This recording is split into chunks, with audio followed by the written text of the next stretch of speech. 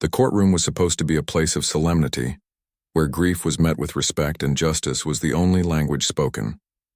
But when a teenage killer faced Judge Judy and the shattered family of his victim, he did the unthinkable. He laughed. Not a nervous chuckle, not a slip of emotion, but a deliberate, arrogant laugh that echoed through the chamber, slicing through a mother's tears like a blade. To him, their pain was a performance, and he was the star of the show. What no one in that moment realized, however, was that this very arrogance would be the spark that lit the path to his downfall. Because while he thought he had fooled the court, there was someone sitting quietly in the shadows, his own sister, carrying a truth so devastating it would unravel everything he had built and strip away the mask he thought could never be broken. This is not just the story of a crime. It is the story of how unchecked arrogance meets its reckoning, and how betrayal from within can expose a monster to the light. Before we dive into this incredible case, tell me in the comments where you're watching from. I love seeing where my viewers are around the world. And don't forget to hit that subscribe button so you never miss more unbelievable cases like this one. Now sit back, relax, and enjoy the video. Before we continue, make sure to subscribe and comment the word justice if you believe no amount of arrogance can silence the truth. The stakes in Judge Judy's courtroom were unlike anything she had faced in her long career. This wasn't a minor civil dispute or even a heated argument between bitter rivals. This was a matter of life and death, of truth versus lies, of whether a grieving family would ever see justice delivered for the daughter they had lost. The air itself felt heavy, as if the entire room understood that the outcome of this trial would ripple far beyond its four walls. The teen killer who sat smirking at the defense table wasn't just fighting for his freedom.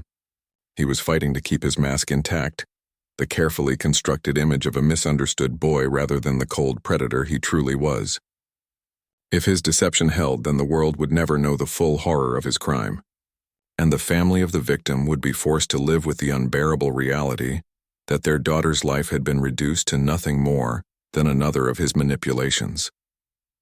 For the victim's family, the stakes were painfully clear. They had endured the sleepless nights, the endless news coverage, the cruel whispers in the community about whether their daughter had somehow brought this tragedy upon herself. And now, sitting only feet away from the one who had taken her life, they could feel his contempt radiating toward them. Every arrogant glance, every mocking laugh was a reminder that he believed he was untouchable, that their pain only fueled his ego. If the court allowed him to walk free, it wouldn't just be a failure of justice, it would be the ultimate insult. A declaration that arrogance and deceit could triumph over truth and grief. But the stakes weren't confined to the victim's family alone. They extended to the very credibility of the justice system itself. Judge Judy, a woman known for her sharp wit and her refusal to be deceived, now found herself staring into the hollow eyes of a killer who had already mocked her authority before the trial even truly began. If he managed to manipulate the courtroom and escape the consequences of his actions, it wouldn't just embolden him. It would send a chilling message to every predator watching. That charm, arrogance, and shameless lies could overpower even the most determined pursuit of justice. The courtroom wasn't just on trial. The integrity of justice itself was being tested. And then there were the silent victims who hadn't yet been counted. Because this wasn't just about one life stolen. It was about the lives he might steal if he were allowed to walk away. His arrogance wasn't a mask he wore temporarily. It was the very fuel that drove him. Behind his smirk and his rehearsed innocence was a hunger for power, for control, for proving that he could outsmart everyone in the room. If he succeeded here, who would he target next? Another friend? Another trusting partner? Another family that would be left shattered in his wake? The stakes weren't just about one family's loss. They were about preventing the creation of more families with the same unhealed wound. Even his own sister understood the gravity of what hung in the balance. She sat in silence then, her lips pressed tightly together, carrying a secret that burned in her chest. She knew what he had told her. She knew the words he had spoken in the dark, the twisted pride with which he had described what he had done. If she stayed silent, she would be complicit. If she spoke, she would betray her blood. And so she sat at the edge of her own breaking point. The stakes for her perhaps the highest of all. She was trapped between loyalty to her family and the crushing moral weight of truth. She knew the courtroom would one day turn to her, and she would have to decide whether to remain a silent witness to evil or to become its destroyer. For the jury, The stakes carried a different kind of weight. 12 ordinary people had been called to decide a case that was anything but ordinary. They had to look past the polished facade of a teenage boy and see the monster underneath. They had to hold fast against the manipulations, the lies, and the theatrics that would no doubt come from the defense table. The decision they made would not only determine his fate, but would stand as a reflection of their city's values, whether arrogance and cruelty could ever outweigh compassion and justice. Each juror carried not just the responsibility of law, but the heavy burden of knowing their verdict would echo in history as either justice delivered or justice denied. This was the stage Judge Judy presided over, a battle not just of legal arguments, but of moral reckoning. The teen killer believed he could laugh his way through grief, sneer at the pain of those who mourned, and still walk away as if nothing had happened. But the stakes made it clear that this wasn't a game. His arrogance wasn't just offensive, it was dangerous. If unchecked, it threatened to corrode everything the courtroom stood for. And while he sat basking in his own ego, convinced of his own invincibility, the truth was already gathering like a storm on the horizon. The stakes were not just high, they were absolute, because in the end this case wasn't about whether he would face punishment. It was about whether arrogance could ever truly escape accountability. It was about whether a courtroom full of grief could be mocked into silence, or whether that silence would be broken by the one voice he never expected in his sister's. What seemed hidden at the start was already pressing against the walls, waiting for the right moment to explode. The stakes were written into every heartbeat of that courtroom. The family's need for closure, the jury's search for truth, the judge's fight for justice, and the sister's unbearable secret. All of it converged into a single, inescapable question. When arrogance and truth collide, which will survive? Long before the teenager sat smirking in Judge Judy's courtroom, the story began in the shadows of a friendship built on lies. The victim, a bright and trusting young woman, had believed she was standing shoulder to shoulder with someone who shared her dreams. She was ambitious, compassionate, and full of a quiet determination to make her small successes grow into something larger. To her, loyalty was not optional, it was sacred. Yet loyalty was the very thing her so-called partner had learned to weaponize. The killer was only 17, but arrogance had aged him into something darker. He wasn't satisfied with being a student, a friend, or even a partner in their venture. He wanted control, and he wanted it quickly. He dressed better than his peers, spoke with an ease that felt rehearsed, and carried himself with the confidence of someone who thought rules were for other people.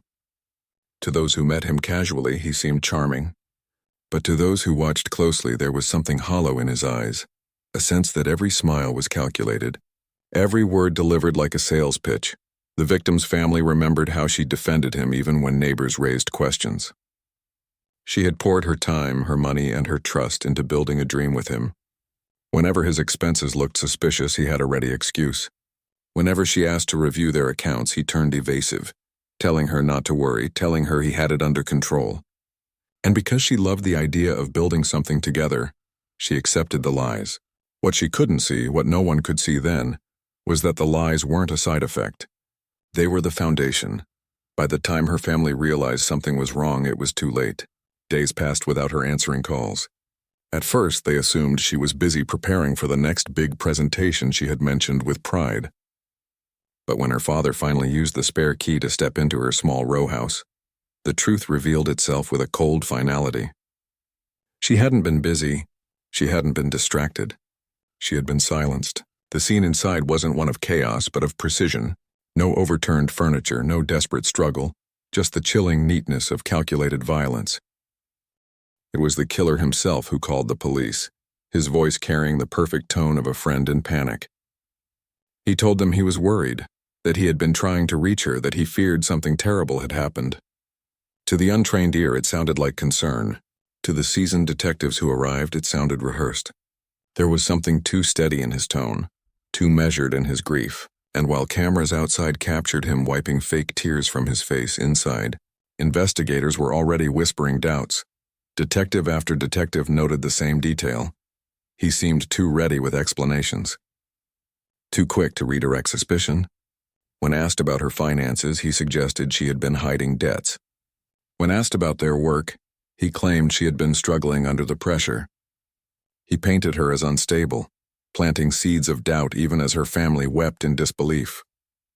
But the family knew her better. They came forward with messages, emails, and journals where she had confided her worries. Not about her own weakness, but about his spending habits, his evasiveness, and his strange new arrogance. She had been preparing to confront him. She had been preparing to expose him. And that confrontation never came because he had silenced her first. In Philadelphia, a city built on grit and blunt honesty, word spread quickly. People knew the girl, kind, thoughtful, a volunteer at the animal shelter, a neighbor who remembered birthdays. They knew the boy too, but in a different way. His car was too expensive for his age. His clothes felt out of place among working-class families. His charm didn't feel earned. It felt forced. Soon whispers turned to suspicion. The smirk he wore in public wasn't the mask of grief. It was the mask of a predator who believed he could outtalk the truth. The deeper investigators dug, the clearer the picture became. The company's bank accounts were nearly drained. Withdrawals had been made in small, careful amounts over months, like a parasite feeding unnoticed. Forged signatures appeared on credit applications. Lavish purchases appeared under her name, while he played the role of the broke student. He had siphoned her resources until there was nothing left but the final obstacle, her realization. And when she was ready to confront him, he decided to erase her completely. By the time the arrest came, the arrogance was no longer hidden. Neighbors saw him led from his parents' home, hands cuffed but head held high as if he were a celebrity taking his place on stage. Reporters noted his calmness. Detectives noted his lack of surprise. It wasn't the demeanor of an innocent boy wrongly accused. It was the demeanor of someone who had already rehearsed this moment in his head, who believed he could still spin the story to his advantage. That's why the trial was never just about one life lost. It was about exposing a pattern of deception so cold that it redefined what arrogance could look like in human form. This wasn't desperation. This wasn't a tragic mistake. This was calculation, greed, and the complete absence of remorse. Judge Judy knew it. The jurors could feel it. And the family who sat just a few feet away felt it with every arrogant glance he threw in their direction. Yet even as evidence mounted, as financial records piled up, and as witnesses dismantled his polished lies, he never broke. He never confessed. He never even flinched. Instead, he smiled, corrected detectives' grammar during questioning, and rolled his eyes when prosecutors spoke. In his mind, he was still in control, still above everyone else. What he could not see, what remained hidden from him until the very end, was that his greatest weakness sat in silence on the other side of the courtroom. His sister, she carried the truth he thought no one would ever reveal, and when she finally broke her silence, it would not only crush his arrogance but expose him for what he truly was, a hollow predator who mistook cruelty for power. The crime and its cover-up had laid the stage. The lies, the arrogance, and the precision of his deception had shaped the narrative. But the storm had only begun, and when arrogance collides with truth, one always shatters. The courtroom had seen arrogance before, but never like this. From the moment the trial began under Judge Judy's stern gaze, the teenager acted as though the entire proceeding was beneath him. He leaned back in his chair with an ease that was unsettling, flashing smirks not at his defense attorney or the judge, but at the grieving family sitting only feet away. Every time the victim's mother spoke, his eyes rolled dramatically. When her father described the pain of burying his only daughter, the boy stifled a laugh, shaking his head as if their suffering was nothing more than a tedious inconvenience. Judge Judy, known for her sharp tongue and unwavering command of her courtroom, caught every gesture. She warned him once, her voice cutting through the silence like a blade, but the smirk never disappeared. His arrogance had gone from quiet confidence to an open performance. He wanted them to see him laugh. He wanted them to feel mocked. And with every mocking grin, he tested the patience of the court and the endurance of the family who had already lost everything. The jury, at first hesitant to show emotion, began to notice too. A man who could sneer at a mother's tears was no misunderstood teenager. He was something colder, something crueler. Each arrogant movement of his hands, each exaggerated sigh when evidence was read aloud, became another piece of proof, not of his innocence, but of his guilt. It was as if he couldn't help himself, as if mocking pain was his only true language. His defense attorney tried to rein him in. whispering urgently at the table, but the teenager brushed him off with the same smug indifference. He corrected the lawyer mid-sentence, chuckled under his breath when prosecutors laid out evidence, and even leaned toward a bailiff once to make a sarcastic remark loud enough for those nearby to hear. He wasn't just defending himself. He was performing for himself. Every action screamed that he believed he was untouchable, but arrogance has a way of turning strength into weakness. What he didn't know, what was waiting in the wings, was that the very performance he enjoyed so much was sealing his fate. Judge Judy, unwavering, kept her composure, but every note she took, every hard glance she gave, made clear that she was documenting his contempt. The jury was no longer just evaluating evidence, they were evaluating character. And his character, laid bare in every cruel laugh, was destroying him more effectively than any witness could. The family sat in silence, clutching tissues, their grief compounded by his mockery. Yet beneath their pain was a quiet endurance. They knew arrogance always collapses. They could feel that his downfall was coming, and when it did, it would come not from the prosecutors or the judge, but from a place he never expected, his own blood.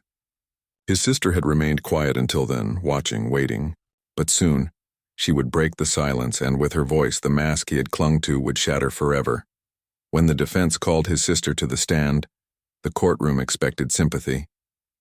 Perhaps she would describe a troubled childhood, a misunderstood brother, a boy who deserved compassion. Instead, what followed was the moment that broke everything. She walked slowly, her eyes fixed on the ground, her hands trembling as she was sworn in. At first, her answers were simple. Memories of growing up together, a vague description of family life. But Judge Judy's courtroom has a way of cutting through masks, and when the prosecutor began her cross-examination, the silence grew thick with anticipation. The questions were gentle, but relentless. Did she know about his spending? Had she seen his anger? Did she hear him the night Ella was killed? And then it came, the one question that could no longer be dodged. Where was your brother that night? Her lips quivered, tears running down her cheeks as she looked not at her brother but at the victim's family. He came to my room, she whispered, voice breaking. He said it was done, that she wouldn't be a problem anymore. And then he laughed. The words crashed through the courtroom like a thunderclap. The teenager shot to his feet, his face twisted with rage, screaming at his sister, calling her a liar, a traitor. Bailiffs rushed to restrain him, but the damage was already done. His own blood had ripped away the mask, revealing him not as misunderstood, but as a predator who celebrated cruelty. If this shocking turn gave you chills, subscribe and comment exposed so I know you felt the weight of this moment. The moment his sister's words pierced the silence, the arrogance that had carried him through every stage of the trial began to rot from the inside out. His smirk was gone, replaced with a mask of unrestrained fury. He thrashed in his seat, shouting denials, his voice breaking with desperation rather than control. The boy who once laughed at a grieving mother was now screaming like a cornered animal, fighting not for freedom, but for the last shreds of his pride.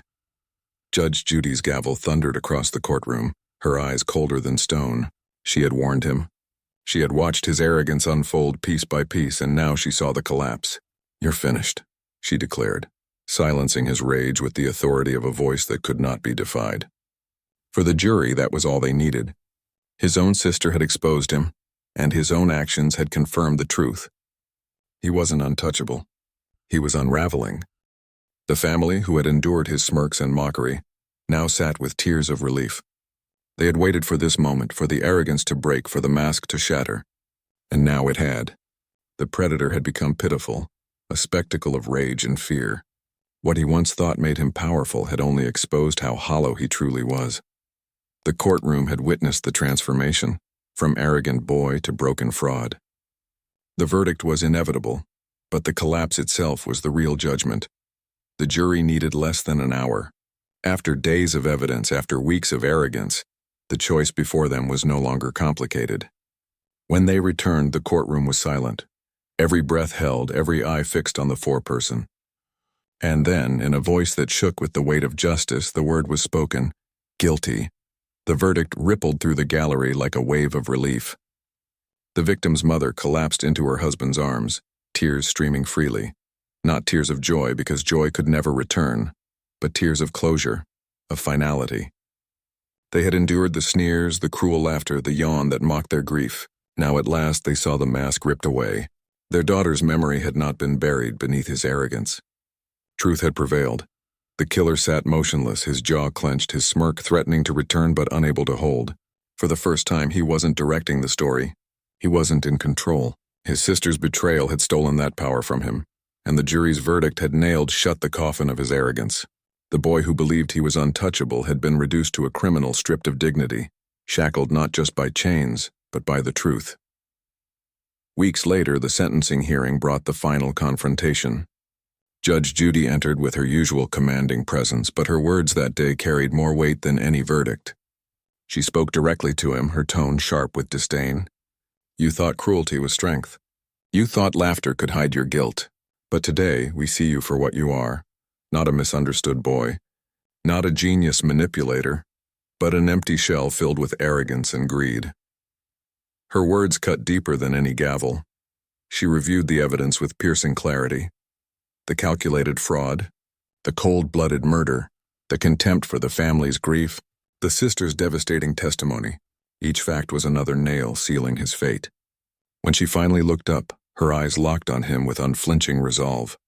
You mocked a mother's tears, she said, her voice firm. But today, justice mocks you. The sentence was delivered. Life in prison without parole. A life stripped of freedom, stripped of applause, stripped of the audience he had always craved. He would no longer be the center of attention, except as a cautionary tale, a reminder that arrogance is not invincibility, and cruelty is not power. As bailiffs moved to take him away, he tried one last act of defiance. He stood, chains clinking, and stared at his sister in the gallery. His lips curled into a sneer, his eyes filled with venom. But it no longer mattered. His words had no power, his threats no weight. The courtroom didn't see a predator anymore. They saw a boy broken by his own arrogance, dragged from the room as his final performance collapsed into nothing. Outside, the family stood together in the cold air, not victorious, but steady. Justice had not erased their grief, but it had given their daughter dignity. They had faced down a boy who mocked their pain and left the courtroom knowing his laughter would echo only in the confines of a prison cell. And in the end, the story was no longer his. It belonged to them, the family who endured, the sister who spoke, and the judge who would not be mocked. His arrogance had been exposed for what it was, weakness dressed as strength. The mask had shattered and nothing remained but the truth. If this story struck you, subscribe and comment the word truth so I know its weight reached you.